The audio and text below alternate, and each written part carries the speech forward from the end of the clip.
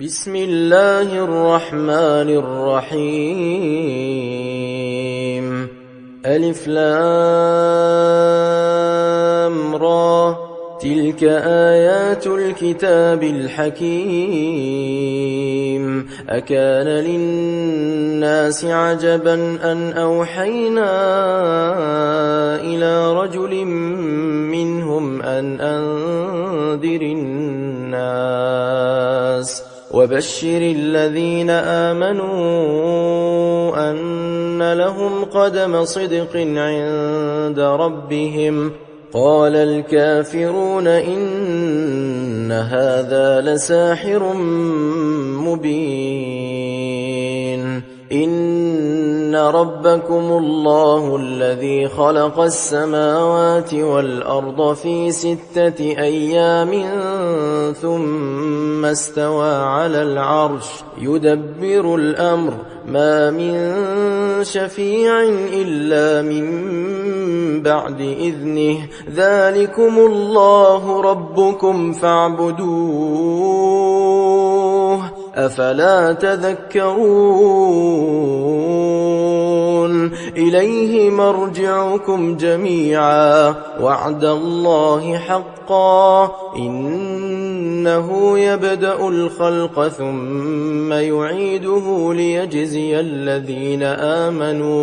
ليجزي الذين آمنوا وعملوا الصالحات بالقسط والذين كفروا لهم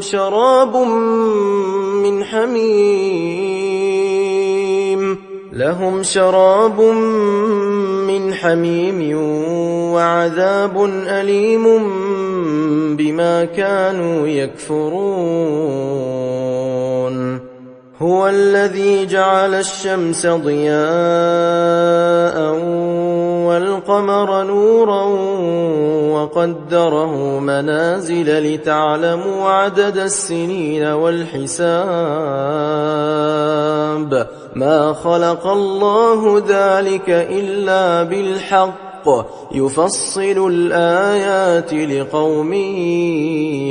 يعلمون إن في اختلاف الليل والنهار وما خلق الله في السماوات والأرض لآيات لقوم يتقون إن الذين لا يرجون لقاءنا ورضوا بالحياة الدنيا واطمأنوا بها والذين هم عن آياتنا غافلون أولئك مأواهم النار بما كانوا يكسبون إن الذين آمنوا وعملوا الصالحات يهديهم ربهم بإيمانهم تجري من تحتهم الأنهار في جنات النعيم دعواهم فيها سبحانك اللهم وتحيتهم فيها سلام وآخر دعواهم أن الحمد لله رب العالمين ولو يعجل الله للناس الشر استعجالهم بالخير لقضي إليهم أجلهم فنذر الذين لا يرجون لقاءنا في طغيانهم يعمهون وإذا مس الإنسان الضر دعانا لجنبه أو قاعدا أو قائما فلما كشفنا عنه ضره مر كأن لم يدعنا إلى ضر مسه كذلك زين للمسرفين ما كانوا يعملون ولقد أهلكنا القرون من قبلكم لما ظلموا وجاءتهم رسلهم بالبينات وما كانوا ليؤمنوا كذلك نجزي القوم المجرمين ثم جعلناكم خلائف في الأرض من بعدهم لننظر كيف تعملون وإذا تتلى عليهم آياتنا بينات قال الذين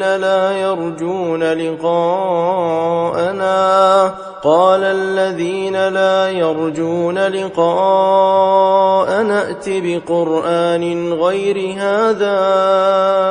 أو بدله قل ما يكون لي أن أبدله من تلقاء نفسي إن أتبع إلا ما يوحى إلي إني أخاف إن عصيت ربي عذاب يوم عظيم قل لو شاء الله ما تلوته عليكم ولا أدراكم به فقد لبثت فيكم عمرا من قبله أفلا تعقلون فمن أظلم ممن افترى على الله كذبا أو كذب بآياته إنه لا يفلح المجرمون ويعبدون من دون الله ما لا يضرهم ولا ينفعهم ويقولون هؤلاء شفعاؤنا عند الله قل أتنبئون الله بما لا يعلم في السماوات ولا في الأرض سبحانه وتعالى عما يشركون وما كان الناس إلا أمة واحدة فاختلفوا ولولا كلمة سبقت من ربك لقضي بينهم فيما فيه يختلفون ويقولون لولا أنزل عليه آية من ربه فقل إنما الغيب لله فانتظروا إني معكم من المنتظرين وإذا أذقنا الناس رحمة من بعد ضراء مستهم إذا لهم مكر في آياتنا قل الله أسرع مكرا إن رسلنا يكتبون ما تمكرون هو الذي يسيركم في البر والبحر حتى إذا كنتم في الفلك وجرين بهم بريح طيبة وفرحوا بها جاءتها ريح عاصف وجاءهم الموج من كل مكان وظنوا أنهم أحيط بهم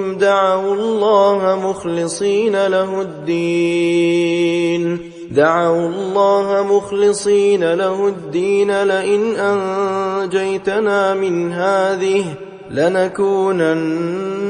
من الشاكرين فلما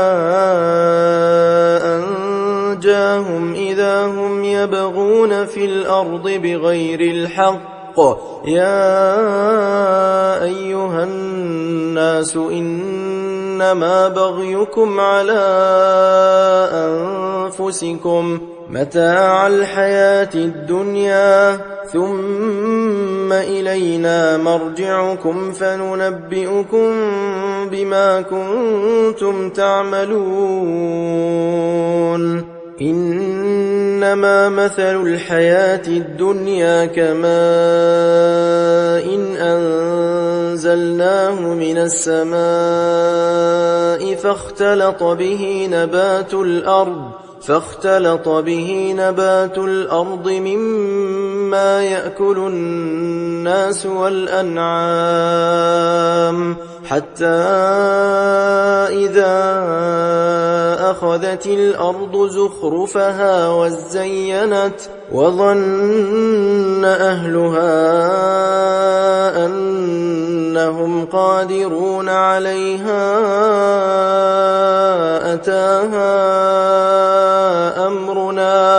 أتاها أمرنا ليلا أو نهارا فجعلناها حصيدا كأن لم تغن بالأمس كذلك نفصل الآيات لقوم يتفكرون والله يدعو إلى دار السلام ويهدي من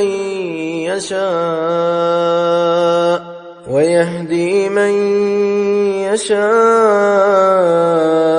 إلى صراط مستقيم للذين أحسنوا الحسنى وزيادة ولا يرهق وجوههم قتر ولا ذلة أولئك أصحاب الجنة هم فيها خالدون والذين كسبوا السيئات جزاء سيئة بمثلها وترهقهم ذلة ما لهم من الله من عاصم كأنما أغشيت وجوههم قطعا من الليل مظلما أولئك أصحاب النار هم فيها خالدون ويوم نحشرهم جميعا ثم نقول للذين أشركوا مكانكم أنتم وشركاؤكم فزيلنا بينهم وقال شركاؤهم ما كنتم إيانا تعبدون فكفى بالله شهيدا بيننا وبينكم إن كنا عن عبادتكم لغافلين هنالك تبلو كل نفس ما أسلفت وردوا إلى الله مولاهم الحق وضل عنهم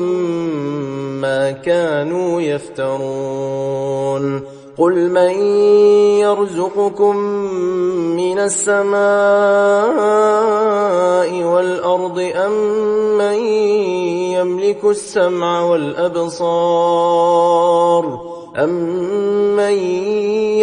السمع والأبصار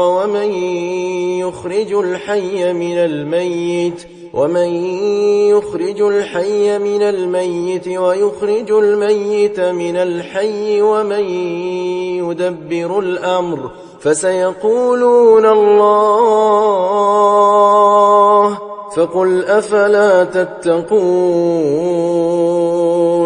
فذلكم الله ربكم الحق فماذا بعد الحق إلا الضلال فأنى تصرفون كذلك حقت كلمة ربك على الذين فسقوا أنهم لا يؤمنون قل هل من شركائكم من يبدأ الخلق ثم يعيده قل الله يبدأ الخلق ثم يعيده فأنى تؤفكون قل هل من شركائكم من يهدي إلى الحق قل الله يهدي للحق أفمن يهدي إلى الحق أحق أن يتبع أمن لا يهدي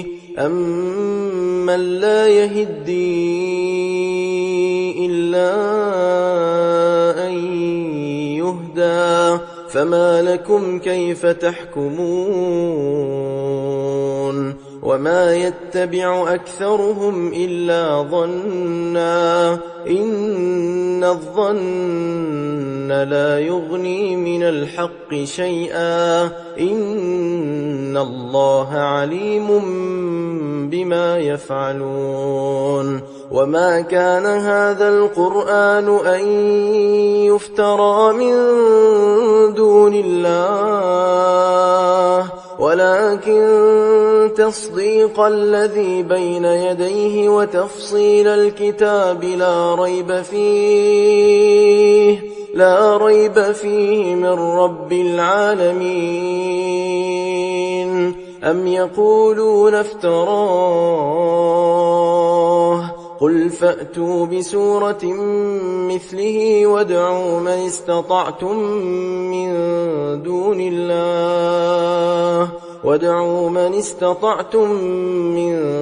دون الله إن كنتم صادقين بل كذبوا بما لم يحيطوا بعلمه ولما يأتهم تأويله كذلك كذب الذين من قبلهم فانظر كيف كان عاقبة الظالمين ومنهم من يؤمن به ومنهم من لا يؤمن به وربك أعلم بالمفسدين وإن كذبوك فقل لي عملي ولكم عملكم أنتم بريئون مما أعمل وأنا بريء مما تعملون ومنهم من يستمعون إليك أفأنت تسمع الصم ولو كانوا لا يعقلون ومنهم من ينظر إليك أفأنت تهدي العمي ولو كانوا لا يبصرون إن الله لا يظلم الناس شيئا ولكن الناس أنفسهم يظلمون ويوم يحشرهم كأن لم يلبثوا إلا ساعة من النهار يتعارفون بينهم قد خسر الذين كذبوا بلقاء الله وما كانوا مهتدين وإما نرينك بعض الذي نعدهم أو نتوفينك فإلينا مرجعهم ثم الله شهيد على ما يفعلون ولكل أمة رسول فإذا جاء رسولهم قضي بينهم بالقسط وهم لا يظلمون ويقولون متى هذا الوعد إن كنتم صادقين قل لا أملك لنفسي ضرا ولا نفعا إلا ما شاء الله لكل أمة أجل إذا جاء أجلهم فلا يستأخرون ساعة ولا يستقدمون قل أرأيتم إن أتاكم عذابه بياتا أو نهارا ماذا يستعجل منه المجرمون أثم إذا ما وقع آمنتم به الآن وقد كنتم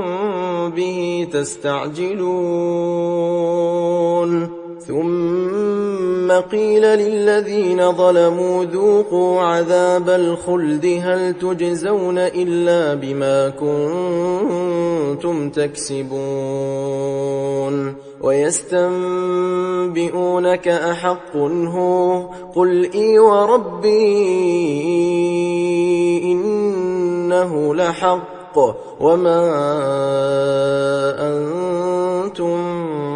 بمعجزين ولو أن لكل نفس ظلمت ما في الأرض لافتدت به وأسروا الندامة لما رأوا العذاب وقضي بينهم بالقسط وهم لا يظلمون ألا إن لله ما في السماوات والأرض ألا إن وعد الله حق ولكن أكثرهم لا يعلمون هو يحيي ويميت وإليه ترجعون يا أيها الناس قد جاءتكم موعظة من ربكم وشفاء لما في الصدور وهدى ورحمة للمؤمنين قل بفضل الله وبرحمته فبذلك فليفرحوا هو خير مما يجمعون قل أرأيتم ما أنزل الله لكم من رزق فجعلتم منه حراما وحلالا قل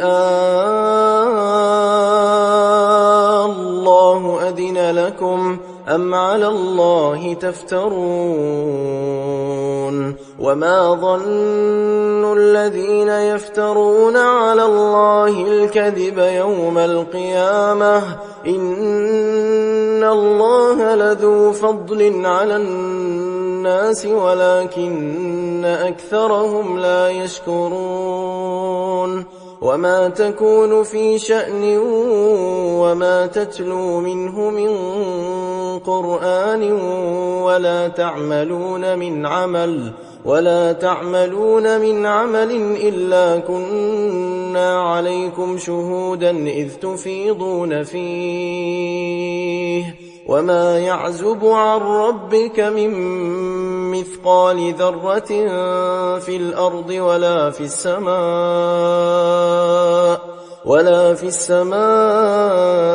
ولا أصغر من ذلك ولا أكبر إلا في كتاب مبين ألا إن أولياء الله لا خوف عليهم ولا هم يحزنون الذين آمنوا وكانوا يتقون لهم البشرى في الحياة الدنيا وفي الآخرة لا تبديل لكلمات الله ذلك هو الفوز العظيم. ولا يحزنك قولهم إن العزة لله جميعا هو السميع العليم. ألا إن لله من في السماوات ومن في الأرض وما يتبع الذين يدعون من دون الله شركاء إن يتبعون إلا الظن وإن هم إلا يخرصون. هو الذي جعل لكم الليل لتسكنوا فيه والنهار مبصرا إن في ذلك لآيات لقوم يسمعون. قالوا اتخذ الله ولدا سبحانه هو الغني له ما في السماوات وما في الأرض إن عندكم من سلطان بهذا أتقولون على الله ما لا تعلمون. قل إن الذين يفترون على الله الكذب لا يفلحون. متاع في الدنيا ثم إلينا مرجعهم ثم نذيقهم العذاب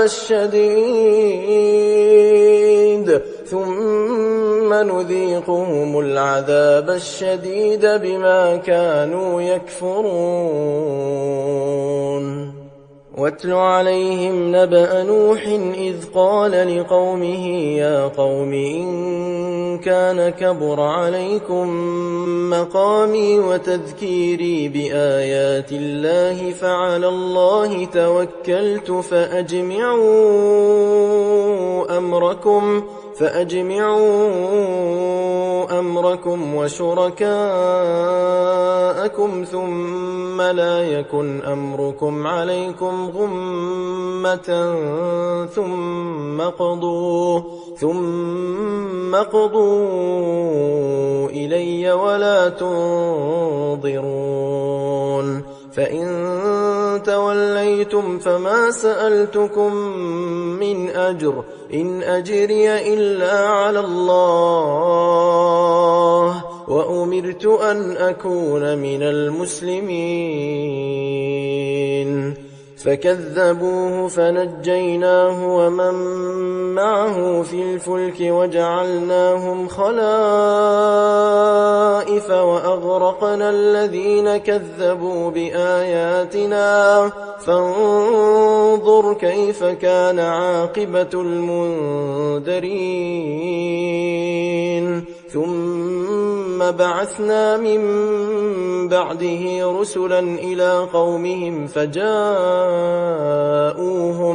فجاءوهم بالبينات فما كانوا ليؤمنوا بما كذبوا به من قبل كذلك نطبع على قلوب المعتدين. ثم بعثنا من بعدهم موسى وهارون إلى فرعون وملئه بآياتنا فاستكبروا وكانوا قوما مجرمين. فلما جاءهم الحق من عندنا قالوا إن هذا لسحر مبين. قال موسى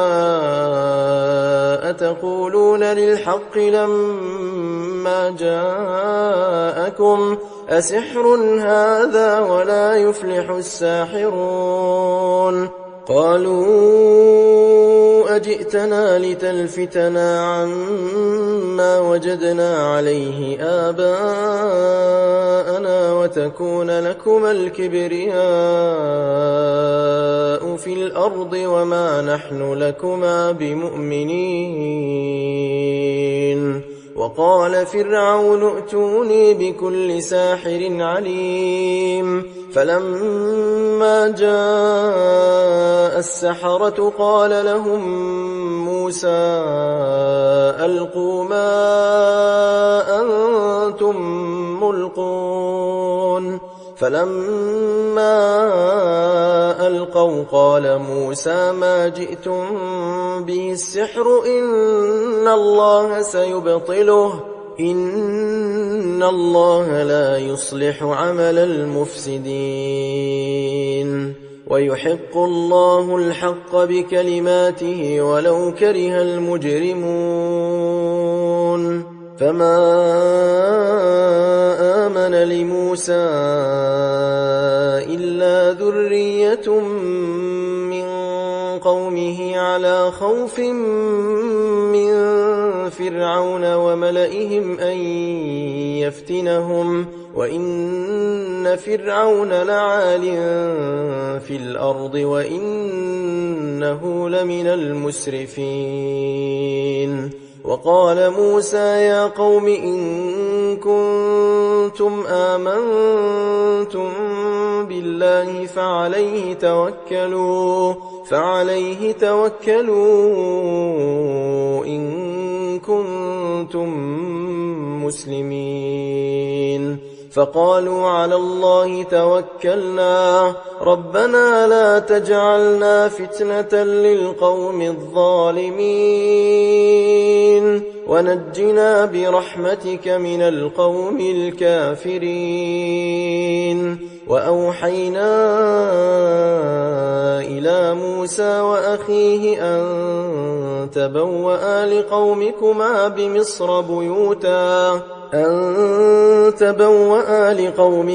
بمصر بيوتا واجعلوا بيوتكم قبلة وأقيموا الصلاة وبشر المؤمنين. وقال موسى ربنا إنك آتيت فرعون وملأه زينة وأموالا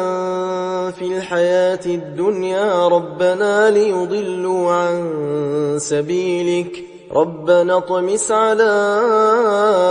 أموالهم واشدد على قلوبهم فلا يؤمنوا حتى يروا العذاب الأليم. قال قد أجيبت دعوتكما فاستقيما ولا تتبعان سبيل الذين لا يعلمون. وجاوزنا ببني إسرائيل البحر فأتبعهم فرعون وجنوده بغيا وعدوا حتى إذا أدركه الغرق قال آمنت أنه لا إله إلا الذي آمنت به بنو إسرائيل وأنا من المسلمين. الآن وقد عصيت قبل وكنت من المفسدين فاليوم ننجيك ببدنك لتكون لمن خلفك آية وإن كثيرا من الناس عن آياتنا لغافلون. ولقد بوأنا بني إسرائيل مبوأ صدق ورزقناهم من الطيبات فما اختلفوا حتى جاءهم العلم إن ربك يقضي بينهم يوم القيامة فيما كانوا فيه يختلفون. فإن كنتم كنت في شك مما أنزلنا إليك فاسأل الذين يقرؤون الكتاب من قبلك لقد جاءك الحق من ربك فلا تكونن من الممترين ولا تكونن من الذين كذبوا بآيات الله فتكون من الخاسرين إن الذين حقت عليهم كلمة ربك لا يؤمنون ولو جاءتهم كل آية حتى يروا العذاب الأليم فلولا كانت قرية آمنت فنفعها إيمانها إلا قوم يونس لما آمنوا كشفنا عنهم عذاب الخزي في الحياة الدنيا ومتعناهم إلى حين ولو شاء ربك لآمن من في الأرض كلهم جميعا أفأنت تكره الناس حتى يكونوا مؤمنين وما كان لنفس أن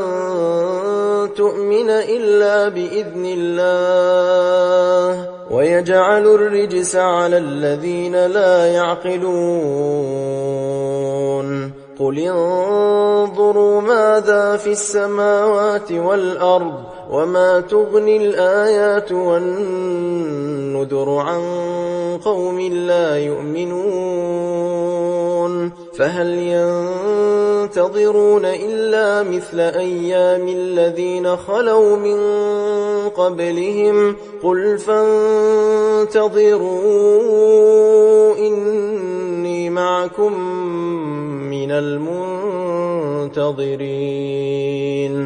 ثم ننجي رسلنا والذين آمنوا كذلك حقا علينا ننجي المؤمنين قل يا أيها الناس إن كنتم في شك من ديني فلا أعبد الذين تعبدون من دون الله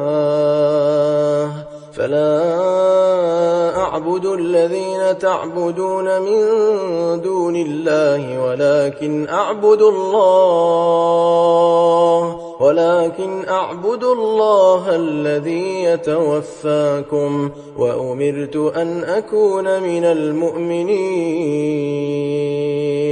وأن أقم وجهك للدين حنيفا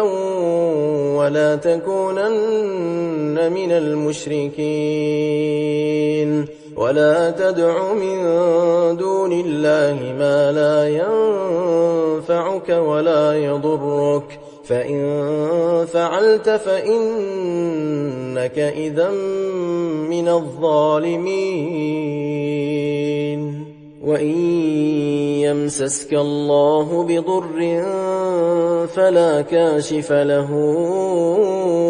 إلا هو وإن يردك بخير فلا راد لفضله يصيب به من يشاء من عباده وهو الغفور الرحيم قل يا أيها الناس قد جاءكم الحق من ربكم فمن اهتدى فإنما يهتدي لنفسه ومن ضل فإنما يضل عليها وما أنا عليكم بوكيل واتبع ما يوحى إليك واصبر حتى يحكم الله وهو خير الحاكمين.